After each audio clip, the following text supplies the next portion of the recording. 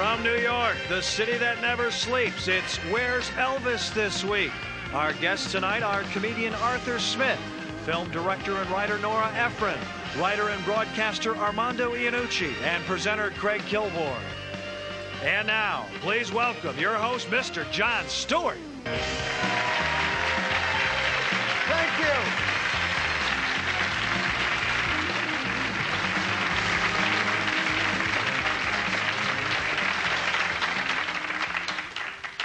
Hello, and welcome to America.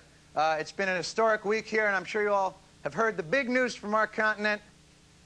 Michael Jackson is having a baby. Woo! After some speculation in the press, Michael was quoted as saying that this baby was conceived like any other baby. The sperm fairy. That's what he said. Apparently he put some under his pillow, and then the next morning... I'm your host, Jon Stewart, and this is the last in this series of Where's Elvis This Week, the show that's tried to explain America to the British. And judging from all your card and letter, it's been a fascinating experience for all of you. Thank you, Gary and Beth. See you on the internet. This week, there were no surprises as Clinton won another term in office. I don't know if you saw his acceptance speech, or as he likes to think of it, the last time he'll have to hug Hillary in public. The speech itself caught some people by surprise, if I can quote President Clinton. I win, you can all suck on it, I win. And finally, where's Elvis this week? Well, amazing news from Chris Ragg on Entertainment Tonight. Let's take a look. Elvis is alive, I swear. I just saw him eating a ding-dong outside the Piggly Wiggly. By the way, for those of you in Britain who don't know what a ding-dong is, it's like a ring-ding or a yodel with a different shape. Come on, we understood train spotting. All right. Let's get on with the show, ladies and gentlemen, shall we? All right. Yes. Yes, thank you. All right. Hello. I want to welcome everybody here. This week from Britain, please welcome comedian, actor, and author of such plays as An Evening with Gary Lineker, Arthur Smith. And from The Day Today, Knowing Me, Knowing You, The Friday Night Armistice, and The Guardian, writer, producer, and broadcaster Armando Iannucci, the British team. There we have it. Thank you for joining us. And for the Americans, award-winning director and screenwriter of such films as Sleepless in Seattle, When Harry Met Sally, and the upcoming Michael, Nora Ephron, and presenter of Comedy Central's The Daily Show, Craig Kilborn. Welcome. All right. Thank you all very much for coming here. I want to start with some headlines from the news, so we're going to take a quick look at what's made the papers apart from Clinton and Dole this week. Armando, this story was scooped, actually we talked about it earlier, by the British paper News of the World. I'm having Jacko's baby. Now, does this beat Madonna's Kid and the Kathy Lee Gifford Adopted Orphan as the unluckiest baby in the world, or...? Well, he said he's going to bring it up himself. So the baby? Yeah. If it's crying at night, he's going to go out and give it $20 million to keep quiet. Right. And but it's conceived by artificial insemination. I guess. Now, don't look at me, Armando. I don't know. I know her. You know the woman having Michael Jackson's baby? I know her. I'm beside myself. What, have you talked to her since this? I was innocently riding in a taxi Sunday night, and they came on the news, and they said, Michael Jackson is having a baby with his dermatologist nurse. And I turned to my husband and said, not Debbie.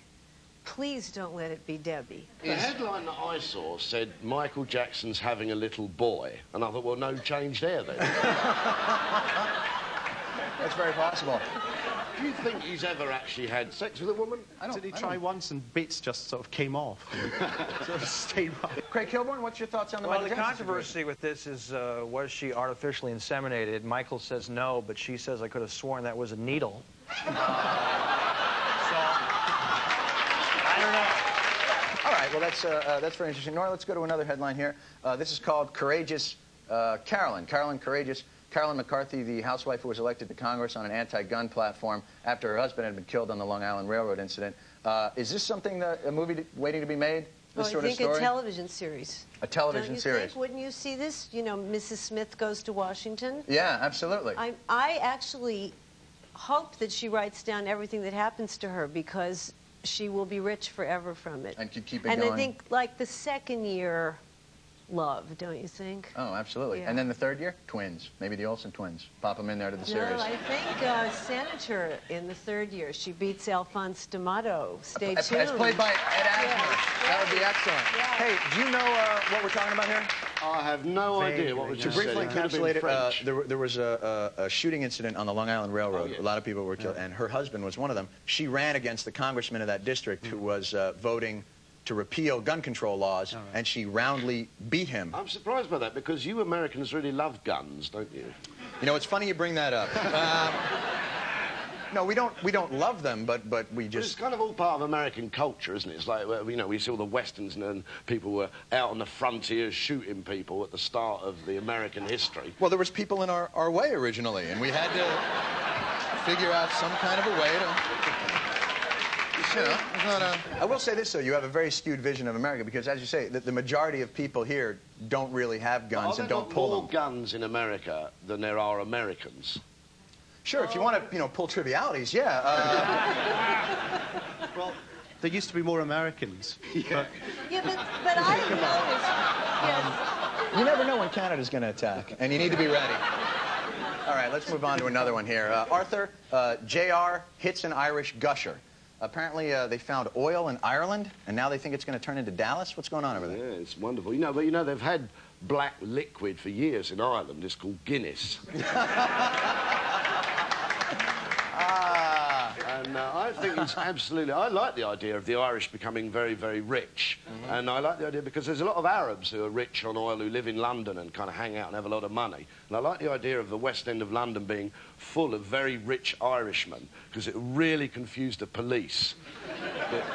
Because the police basically assume that all Irishmen are thick micks who need to be arrested. And this would confuse them badly if they're like big flash millionaires with loads of oil money. Have either of you ever been to Ireland? No. Okay, well, let's move on to the next headline. Craig, this is for you. Here we go. You used to work in the sports casting business for a while. ESPN. Banned in Boston. 13 football players from Boston College have been suspended for gambling. That's wrong. Is that wrong to suspend them or wrong to gamble? You don't gamble. Don't screw with the sanctity of the game. These were a bunch of young kids on the team, and I think Boston College is not a power. Not a powerhouse team. All these white kids are not going to go pro. They want to make some money right now, and I think that's what they did. They just wanted to make it while they can. Otherwise, they're just going to end up going into coaching. Right. And the money's not there. right. So I can see why they would do it, but John, it is so wrong to do that. Now, Craig, are you a betting man? Have you ever thrown down a dollar or two on a wager for a game? Yeah, once. But that was in my first trip to Vegas. Bet on an NBA game. Felt a little weird. Showered a couple times after that. There's so many other things to shower about in Vegas than gambling. That's true. I think it's really rather pathetic. This is like a pathetic little gambling thing. We've got real criminals in the sports world in Britain. Really? Yeah, oh yeah, in the soccer world, as you call it, we call it football. In the soccer world, you've got an Arsenal team that's full of drug addicts, alcoholics, murderers, cross-dressers, paedophiles. I mean, wow. This gambling thing is nothing. That sounds like Guns N' Roses, the band. That's, who's the cross-dresser? I've worked out all the other ones. Well, let's get into some actual news that's been coming out. This week, of course, was election time, but there was really no drama or excitement in the elections. We knew that President Clinton was going to win again. Not only was he ahead in the polls, but 80% of presidential elections are won by the taller man and the one with more hair. This is a true fact that I read on a Howard Johnson's placemat. And, in fact, so uninterested were Americans that 80 million people didn't even bother to vote, making it the lowest turnout since 1924. Here's how the big night looked on American television.